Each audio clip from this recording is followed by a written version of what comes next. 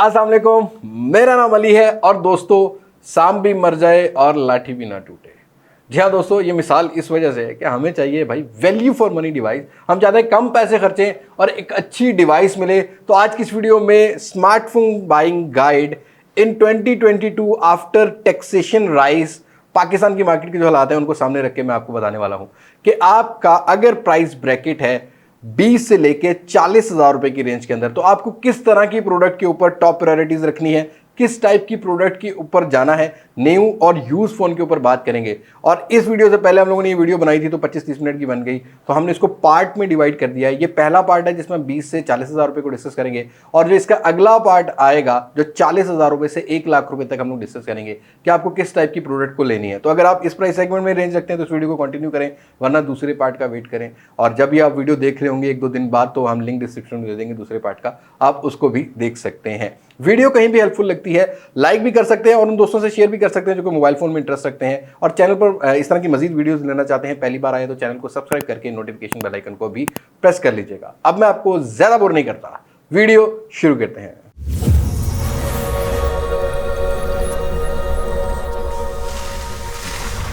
Okay जी दोस्तों, मेरा सबसे पहला पॉइंट बहुत इंपॉर्टेंट पॉइंट है, क्योंकि जब से सोशल मीडिया पर लोग एक्टिव हुए हैं, लोग देखना चाहते हैं रिव्यूज़ को, तब से एक कन्फ्यूजन चल रही है। और मेरे पिछले 4 साल करियर से ये कन्फ्यूजन चल रही है और आजकल ये कुछ ज़्यादा ही कन्फ्यूजन हो गई है। ऑल्दो जो हमारी ग्लोबल ऑडियंस है उनके लिए मैसेज नहीं है, लोकल पाकिस्तान वाली ऑडियंस के लिए मैसेज है, भाई don't compare Indian prices to Pakistani prices.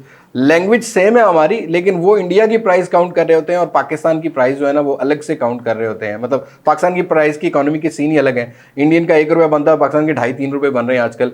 तो भाई ये चीज़ आप लोगों ने देख लेनी है। तो आपने इंडियन प्राइस को कंपेयर नहीं करना पाकिस्तानी प्राइस से। पाकिस्तान में ज़रा टैक्सेशन सिस्टम भी थोड़ा अजीब सा है और उसी तरीके से बाकी प्राइस और डॉलर फ्लक्चुएशन चलती रहती है। अल्लाह करेगा जल्दी हल हो जाएगा, लेकिन आपने बिल्कुल भी कंपेयर नहीं करना। हाँ, उनको आप देख सकते हो, अगर हम कोई रिव्यू अपलोड ना कर रहे हो तब आप उनको देख सकते हो, लेकिन हमारी कोशिश होती है कि हम लोग जो पाकिस्तान में डिवाइस लॉन्च हो रही हो उसी को कवर करें और उसी के ऊपर ही रहें, ताकि आप लोगों को परचेज पावर में आसानी हो।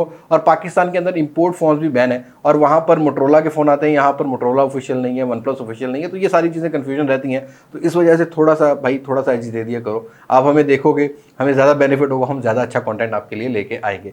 अगले पॉइंट की बात करते हैं तो हम डायरेक्टली आते हैं 20 से 30,000 रुपये की रेंज के अंदर। अब इसमें हम लोगों ने 5 चेकलिस्ट बनाई है, डिस्प्ले, परफॉर्मेंस, कैमरा, बैटरी, कुछ एक्स्ट्रा फीचर्स भी रखे हैं। लेकिन इससे पहले भी एक पॉइंट आता है हमारे पास कि इस टाइम अगर देखा जाए तो 20 से 30,000 रुपए की रेंज के अंदर मेरा पहला पॉइंट यह है कि आपने बॉक्स पैक फोन कंसीडर नहीं करना। अगर आपने कोई super value for money device लेनी है या आपने अच्छा एक्सपीरियंस करना है, उसका रीजन इसी जो प्राइस ब्रैकेट के एंड पर मैं कैप्शन डालूंगा। वैसे टाइम स्टैम्प अवेलेबल अगर आप देखना चाहें तो। पहला मेरा जो चेकलिस्ट में पॉइंट आता है वो है डिस्प्ले। इस रेंज के अंदर आपको 1080p IPS panel with punch hole display से नीचे कॉम्प्रोमाइज नहीं करना, क्योंकि 15 से 20,000 रुपए जो आज से 6-8 महीने पहले आ रहे थे phone 3GB 32GB with 720p, वो अब हमें 20 से 25,000 रुपए रेंज, इवन 25 से 30,000 रुपए की रेंज में भी आ गए। तो आपने उनको कंसीडर नहीं करना जिनके अंदर 720p मिलते हो या आपको नॉच डिस्प्ले मिल रहा हो, क्योंकि इस रेंज के अंदर मेरे ख्याल में यूज्ड कुछ चले हुए, कुछ थोड़े से पुराने जनरेशन के फ़ोन हमें एक तो 1080p रेजोल्यूशन के साथ भी मिल जाते हैं IPS पैनल के साथ, उसके साथ साथ 90 हर्ट्ज रिफ्रेश रेट में भी मिल जाते हैं और 120 हर्ट्ज रिफ्रेश रेट में मिलते हैं, हायर रिफ्रेश रेट मिलता है। तो ये चीज़ आपने माइंड में रख लेनी है। और AMOLED panel 60 hertz with notch display मिल जाता है। तो से नो टू 720p पिक्सल। भाई पैसे लगा रहे हो ना आप, तो आपने एक अच्छे डिस्प्ले पर लगाना है। हाँ, अगर गोरिल्ला ग्लास 3 की प्रोटेक्शन मिल जाए तो ज़्यादा बेटर है, बट यूज फोन में गोरिल्ला ग्लास 5 भी मिल जाता है। तो ये चीज़ देख लेनी है। कुछ मॉडल्स में एक बारे में मैं बात करता हूँ। 20 से 25,000 रुपये की रेंज के अंदर यूज्ड फोन आपको 1080p रेजोल्यूशन के साथ विद गोरिल्ला ग्लास 5 या 90 हर्ट्ज रिफ्रेश रेट भी मिलता है, जैसे कि Realme 6 है, जैसा कि आपको Vivo का S1 Pro भी 20-21,000 रुपये में मिल जाता है इस एमोलेड पैनल। इसी तरीके से Redmi Note 9 Pro, Redmi Note 9S 1080p resolution with gorilla glass 5 आपको 1080p रेजोल्यूशन के साथ मिलते हैं। इस तरीके से Infinix का Note 10 Pro भी मिल जाता है आपको इसी रेंज के अंदर। तो आप उनके ऊपर इन्वेस्ट कर सकते हो। अगली बात करते हैं कुछ परफॉर्मेंस की। तो भाई परफॉर्मेंस के लिए एटलीस्ट यहां पर आपको, अगर तो आपकी मजबूरी है ना कि बॉक्स पैक फोन लेना है, तो कम से कम MediaTek Helio G80, 85 और 88 पर इन्वेस्ट करना है, G35 पर इन्वेस्ट करना। और उसके साथ साथ ही 20 से 25,000 रुपए रेंज के अंदर तो 4GB 128GB चल जाएगा, लेकिन आपने 25 से 30,000 रुपए की रेंज के अंदर 4GB 128GB को कंसीडर नहीं करना। और उसके साथ साथ ही जो 25 से 30 हज़ार है इस रेंज के अंदर 8 GB भी मिलता है, 6 GB भी मिलता है विद 128 GB रोम, और UFS 2.0 2.1 का स्टोरेज टाइप मिलता है जिसका एक्सपीरियंस बेटर होता है। रीड और राइट का एडिटिंग करनी है तो उसके लिए भी होता है, और गेमिंग परफॉर्मेंस के लिए 40 FPS एक डिसेंट परफॉर्मेंस वाला आपको हार्डवेयर मिलता है। लेकिन इस रेंज के अंदर अगर आपने 60 FPS लेना है तो MediaTek Helio G90T के साथ Realme 6 और Redmi Note 8 Pro मिल जाता है 25,000 से नीचे, आप उसको ज़रूर कंसीडर कर सकते हो। लेकिन याद रखिएगा कि गेमिंग परफॉर्मेंस के लिए हार्डवेयर के अच्छा होने के साथ साथ बैटरी बैकअप भी अच्छा होना चाहिए, तभी आपको बैटरी पावर एफिशिएंसी अच्छी होगी, तभी आपको जो है वो गेमिंग परफॉर्मेंस अच्छी मिलेगी। और इस रेंज के अंदर आजकल हम देख रहे हैं पाकिस्तान की मार्केट में, स्पेशली कराची और लाहौर जैसे शहर में किट फोन्स बहुत ज़्यादा सेल आउट किए जा रहे हैं। तो एक बात आपने माइंड में बिठा लेनी है कि किट फोन्स का कोई फ्यूचर नहीं है, रीसेल वैल्यू नहीं है। उसके साथ साथ ही किट फोन्स की जो रीफर्ब क्वालिटी है उसका भी आपको अंदाज़ा सही नहीं होता, दुकानदार पे आपको ट्रस्ट करना पड़ता है, और 100 में से सिर्फ 98% जो है ना वो दो नंबरी करते हैं। जी हाँ, 2% ही जो है ना वो ऑनेस्ट होते हैं यूज़र के साथ। तो ये चीज़ आपने ज़रूर देख लेनी है। और वहीं पर अगर हार्डवेयर की हम लोग बात करते हैं कि यूज्ड में आपको किस टाइप के हार्डवेयर को जो कंसीडर करना है, आपने 25 से 30 हज़ार या 20 हज़ार में भी आपको 20 से 30 हज़ार रुपये की रेंज के अंदर मिनिमम स्नैपड्रैगन 700 सीरीज़ का हार्डवेयर 710 मिले, 712 मिले, स्नैपड्रैगन 720G मिले, स्नैपड्रैगन 732G मिले, इस पे आपने कॉम्प्रोमाइज़ करना है, क्योंकि ये एक तो पबजी भी अच्छी प्रोवाइड करेंगे, या किट फोन्स के अंदर अगर आपको स्नैपड्रैगन 845 मिल रहा है तो वहाँ पर अगर बैटरी 5000 mAh है या 4500 mAh है या 4000 भी है तो गुजारा कर जाएगा, लेकिन इससे नीचे गुजारा करने वाला नहीं है। तो ये चीज़ आपने माइंड रख लेनी है परफॉर्मेंस के हिसाब से। अगर आप एक पबजी लवर है, गेमिंग करनी है, आपने हैवी टास्किंग करनी है, एडिटिंग करनी है, तो आपको ये हार्डवेयर जो है वो रिक्वायर्ड होंगे इस प्राइस सेगमेंट में। अगली चेकलिस्ट में आता है भाई बेस्ट कैमरा फोन, हमेशा से मुझसे पूछा जाता है इस प्राइस सेगमेंट में कौन सा है, तो भाई बॉक्स पैक तो कोई भी नहीं। इस रेंज के अंदर अगर आपने कोई अच्छा कैमरा फोन लेना है तो आपको तकरीबन 1 से 1.5 साल पुराने चले हुए फोन लेने होंगे, या आपने सिर्फ और सिर्फ कैमरा फोन ही लेना है तब आप किट फोन्स के ऊपर इन्वेस्ट कर सकते हो। देन अगेन यहां पर प्रॉब्लम ये आती है कि आपके बैटरी का बहुत इशू है, और पिक्सल काउंट के पीछे तो बिल्कुल नहीं भागना भाई। ऑप्टिमाइजेशन क्या है, और 25 से 30 हज़ार रुपए की रेंज के अंदर चाहे पिक्सल काउंट 108 मेगापिक्सल है, चाहे 64 मेगापिक्सल है या 50 मेगापिक्सल है, बेसिक ये पिक्सल बिनिंग के थ्रू ही काम करते हैं, तो 12 मेगापिक्सल पे ही वीडियोस रिकॉर्ड करेंगे। फॉर व्लॉगिंग पर्पस या ब्लॉग कोई अपलोड करना है या सोशल मीडिया पर आपने कोई वीडियो शेयर करनी है तो एटलीस्ट इलेक्ट्रॉनिक इमेज स्टेबलाइजेशन और अच्छी ऑप्टिमाइजेशन होनी चाहिए उस कैमरा में। पिक्सल काउंट के पीछे आपने नहीं भागना। इस रेंज के अंदर बहुत सारे अच्छे कैमरा फोन भी आते हैं, Realme 6 है, Redmi Note 8 Pro, Redmi Note 8 Pro है, Redmi Note 9 Pro है, इस तरीके से Poco X3 भी मिल जाता है, Vivo के भी कुछ फोन्स मिल जाते हैं, Oppo Reno 3 भी मिल जाता है, Vivo का आपको 20-22 हज़ार में S1 मिल जाता है, उसके ऊपर आपको Vivo V20 SE मिल जाता है जिनके कैमरा फोन अच्छे हैं, Vivo V17 भी इस रेंज में अभी इजीली मिल जाता है।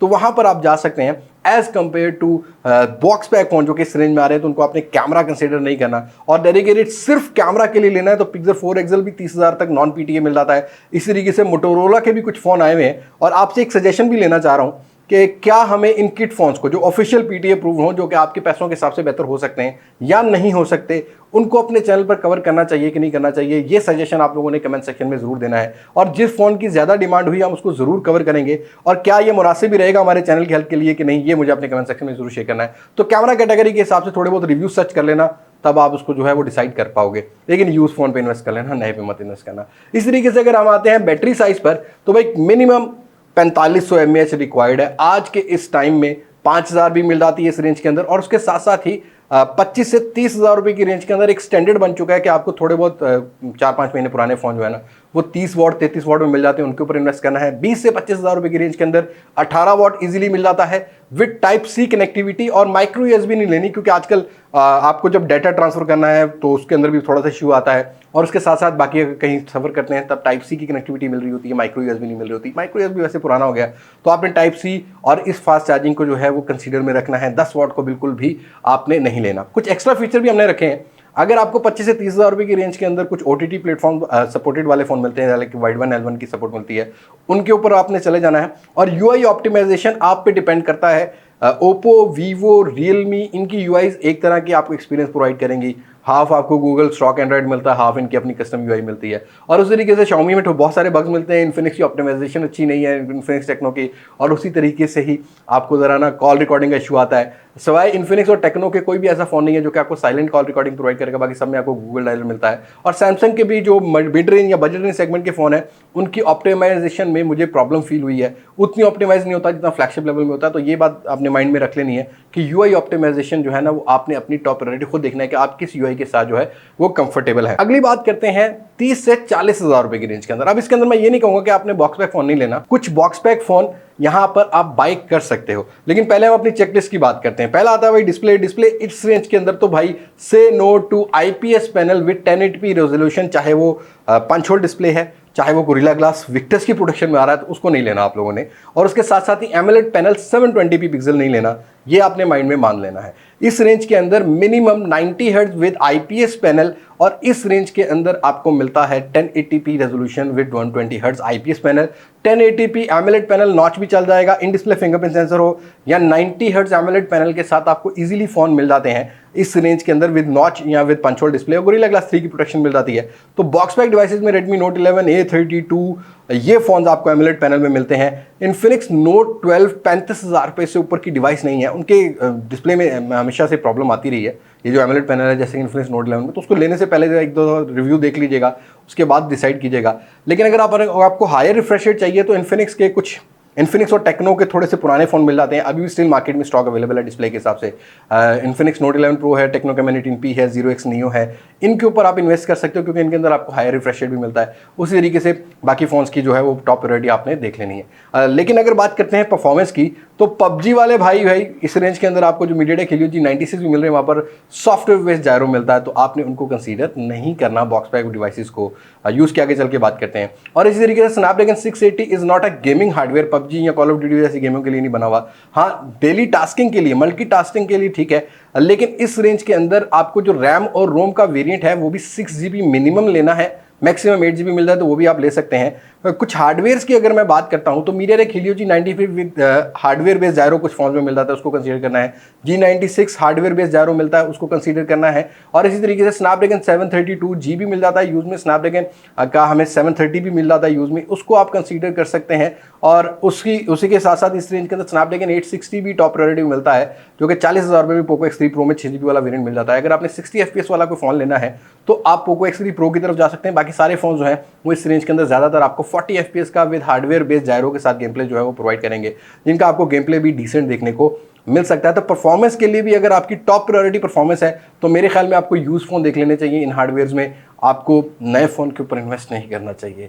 ये एक टिप जो है ना वो आपने पल्ले बांध देनी है। स्टोरेज टाइप मिनिमम UFS 2.1 या 2.2 होनी चाहिए, और उसके साथ साथ यूआई की कंफर्टेबिलिटी में पहले भी कहा कि आपकी अपनी हो सकती है। लेकिन अगर कैमरास की बात करते हैं तो कैमरा में हार्डवेयर का कंपार्टमेंट भी आता है, लेकिन आपने 30 से 40 हज़ार रुपये की रेंज के अंदर कोई भी ऐसा फ़ोन नहीं लेना जिसके ऊपर इलेक्ट्रॉनिक इमेज स्टेबलाइजेशन नहीं मिलती।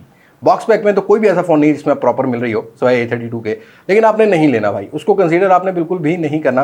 उसके साथ साथ ही इस रेंज के अंदर आपने मेगापिक्सल काउंट के पीछे नहीं भागना, इलेक्ट्रॉनिक इमेज स्टेबलाइजेशन के साथ साथ ही 1080p 60 FPS, और अगर किसी फोन के अंदर 4K 30 FPS अवेलेबल है उसी ही को ही आपने टॉप प्रायोरिटी पे रखना है, क्योंकि इसके अंदर आपको वीडियोस भी अच्छी मिल जाएंगी, और साथ के साथ कुछ सॉफ्टवेयर जो ये है ना, ये आपको फोटोज़ भी थोड़ी बहुत इतना काम नहीं करता, बट आपको फोटोज़ भी अच्छी प्रोवाइड करता है। इस रेंज के अंदर कुछ फ़ोन है जो कि आपको 2x जूम 50mm जूम जो है ना टेक्नो का 18p है ये प्रोवाइड करता है, ये कैमराज में ज़्यादा बेहतर है। लेकिन इस रेंज के अंदर अगर आपकी टॉप प्रायोरिटी कैमरा फ़ोन की है विद डिसेंट परफॉर्मेंस, तो मैं ये कहूँगा कि बॉक्स पैक को छोड़ के आप यूज्ड फोन की तरफ इन्वेस्ट कर सकते हैं, जिनके अंदर आपको जो हार्डवेयर है स्नैपड्रैगन 700 सीरीज़ के मिल रहे हो या 800 सीरीज़ के मिल रहे हो, उनके ऊपर आप इन्वेस्ट कर सकते हो। उनका कैमरा भी आपको बेटर मिलेगा, उनके अंदर आपको वीडियोस भी बेटर मिलेंगी, उनके अंदर आपको फोटोज़ भी बेटर मिलेंगी। कुछ फोन्स का नाम लूँ तो भाई वीवो का V20, V21e मिल जाता है इसी रेंज में, Realme 7 Pro मिल जाता है, Realme 8 मिल जाता है, Realme 8 Pro मिल जाता है, Redmi Note 10 Pro मिल जाता है, Xiaomi के 11 Lite 4G मिल जाता है। इसी तरीके से आपको जो है और भी कुछ फोन्स मिल जाते हैं, मैं कुछ फोन स्किप कर गया हूँ तो उसको प्लीज़ ज़रा इग्नोर कर दीजिएगा, लेकिन आपको बहुत अच्छे फ़ोन मिल जाते हैं। ओप्पो का Reno 5 जो है वो आपको 40,000 रुपये मिल जाता है, Reno 4 Pro जो है वो आपको मिल जाता है, तो आप उसको ज़रूर कंसीडर कर सकते हैं। इस रेंज में अगर आप कोई फ़ोन बाय करना चाहते हैं, इन फोन्स को जो है वो कंसीडर कर सकते हैं। स्नैपड्रैगन 720G के साथ बहुत सारे फोन मिल जाते हैं इस रेंज के अंदर, जो कि आपको कैमरा बहुत अच्छा प्रोवाइड करते हैं। इस तरीके से अगर बैटरी की बात करते हैं तो भाई इस रेंज के अंदर तो 18 वॉट तो बिल्कुल भी आपने नहीं लेना ना भाई, कोई भी नहीं लेना। 30 वॉट मिनिमम रिक्वायर्ड है। अब हमें इस रेंज के अंदर जो है ना वो आगे चल के 44 वॉट भी मिल जाएंगे, तो ये आपने जो है वो अंडर ऑब्जर्वेशन रखना है। मिनिमम बैटरी साइज 4500 mAh से 5000 mAh होना चाहिए। लेकिन इस रेंज के अंदर कुछ इंपोर्टेड किटें भी आती हैं, जैसा कि हम लोग एसूस के कुछ हम लोगों ने जो एक्वस के कुछ फ़ोन कवर किए थे, लेकिन उनका बैटरी बैकअप का इशू आता है। 3300-3500 mAh बैटरी बैकअप या गेमिंग एक्सपीरियंस अच्छा नहीं प्रोवाइड करते जब 50% से बैटरियाँ नीचे आती हैं, तो ये भी देख लेना है। हाँ, कैमरा के हिसाब से अगर लेना चाहें तो अगेन मैं कहूँगा कि कुछ वन प्लस के भी फ़ोन आते हैं इस रेंज के अंदर। वन प्लस का 70 आई थिंक 40,000 रुपये के अराउंड मिल जाता है। आप उन जैसे फ़ोन्स को कंसीडर कर सकते हैं जो कि थोड़े से पुराने फ्लैगशिप फ़ोन है, 2-3 साल पुराने फ़ोन है। इस तरीके से टेलीफोटो लेंस के साथ Xiaomi का 90 Pro भी मिल जाता है, Xiaomi का Note 10 Lite मिल जाता है इस रेंज के अंदर आपको। अच्छा कैमरा सेटअप वाला फ़ोन, ये आपको अच्छे कैमरा के साथ अच्छी परफॉर्मेंस भी प्रोवाइड करेंगे। इवन सैमसंग का आपको A71 भी इसी रेंज के अंदर देखने को मिल जाता है, आप उनके ऊपर इन्वेस्ट कर सकते हैं। उसके अलावा कुछ एक्स्ट्रा फीचर की बात करते हैं तो इस रेंज के अंदर कोई भी ऐसा फ़ोन नहीं लेना आपने जिसके ऊपर 4G एग्रीगेशन डुअल बैंड नहीं मिलता है। तकरीबन ये जितने भी हार्डवेयर मैंने बताए सब में आपको मिल जाता है। डुअल स्पीकर मस्ट है इस रेंज के अंदर। इन डिस्प्ले मिल जाए तो गनीमत है, लेकिन साइड माउंटेड वाला भी चलेगा इस रेंज के अंदर। और भाई इस रेंज के अंदर आपको जो है वो डिस्प्ले में कई फ़ोन्स के अंदर HDR10 की भी सपोर्ट मिलती है। ये एक्स्ट्रा फीचर्स में आते हैं जिसको आपने टॉप प्रायोरिटी पे रखना है। तो इन शॉर्ट ये है कि इस रेंज के अंदर भी बॉक्स पैक फ़ोन्स को स्किप करा के आप थोड़े बहुत चले हुए फ़ोन्स ले सकते हो। जब तक मार्केट हेल्दी नहीं होती तब तक आप यूज़ फ़ोन के ऊपर इन्वेस्ट करें, ताकि जब कल आपको उसको सेल करें तो उनकी रीसेल वैल्यू में भी ज़्यादा लॉस ना हो। अगर आप डबा बैक फ़ोन लेते हैं तो कल को अगर प्राइसेज एग्रेसिव होती हैं तब उनमें आपका एक्सपीरियंस भी अच्छा नहीं है और उसके बाद आपको जो है लॉस मिलेगा। कुछ डिसेंट फ़ोन अवेलेबल हैं जिनमें IP53 की रेटिंग वगैरह भी मिलती है, लेकिन वो आपकी टॉप प्रायोरिटी पे है। अगर आप बजट है कि बॉक्स पैक फ़ोन लेना है तो ये चीज़ें आप टॉप प्रायोरिटी पे रख सकते हैं, लेकिन गेमिंग के हिसाब से आपको इस रेंज के अंदर कोई भी अच्छा फ़ोन देखने को नहीं मिलता। आई होप आपको समझ आ गई होगी कि 20 से 40,000 रुपये की रेंज के अंदर कौन कौन से फ़ोन लेने कौन से नहीं। नेक्स्ट एपिसोड में हम लोग बात करेंगे 40,000 रुपये से लेके 1 लाख रुपये तक के फ़ोन इस टाइम आप किस टाइप के कंसीडर कर सकते हैं। और आपने मुझे कमेंट सेक्शन में जरूर बताना है कि किट फोन्स के ऊपर हम लोग को वीडियोस बनानी चाहिए नहीं बनानी चाहिए। एक कैप्शन डाल देता हूँ कि इस रेंज के अंदर iPhone 7 प्लस मिलते हैं भाई, उनकी बैटरी अच्छी नहीं होती, उनकी रिफर्ब क्वालिटी अच्छी नहीं होती, उनका रिफ्रेश रेट अच्छा नहीं होता, उनमें फास्ट चार्जिंग नहीं मिलती। तो मेरे ख्याल में उन पर इन्वेस्ट करने से अच्छा ये कि कोई अच्छा यूज्ड एंड्रॉइड फ़ोन ले लो, वो ज़्यादा बेहतर आपको एक्सपीरियंस प्रोवाइड करेगा। सो आज की वीडियो में इतना ही, मुलाकात होगी नई वीडियो में किसी नई अनबॉक्सिंग, किसी नए रिव्यू, किसी नए कंपैरिजन के साथ। तब तक मुझे इजाजत, मैं हूं लिबास नासिक से पाकिस्तान, पाइनाबाद। अल्लाह हाफिज़।